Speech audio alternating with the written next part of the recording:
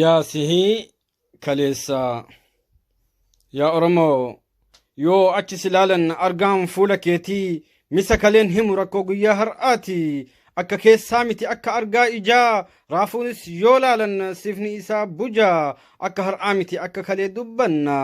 akka ammaa miti akka seenaa kaafna.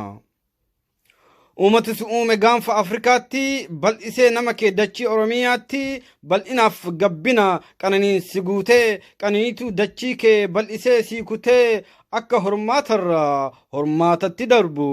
sirna gadaa si uume kan nageenya qabu.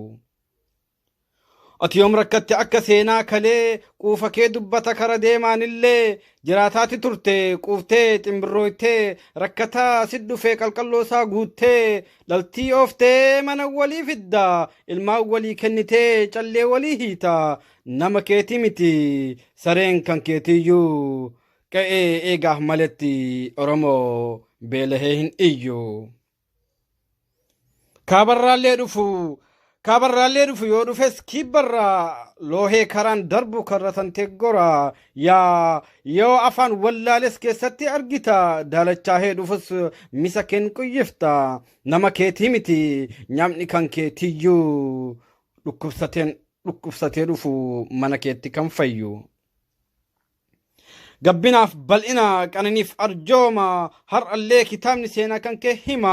sun hindi darbee har'a yaa Oromoo balaa namtolcheetiin rakkatte yaa qomoo lafa kan keetitti fiddee nam qubsiiftee akka ardaa hin qabnetti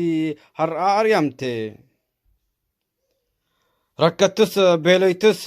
har'aa fi maleessa akka har'aa laalin yaa Sihii Kaleessaa namni kan kee bal'aa harki isaa diriira waan harkarraa qabuun qiceeseef hira uf jala laalin hunduu nu dabarti gaaf tokko ni galta qa'ee abbaa keetti gaaf tokko ni garta dhugaa abbaa keetii.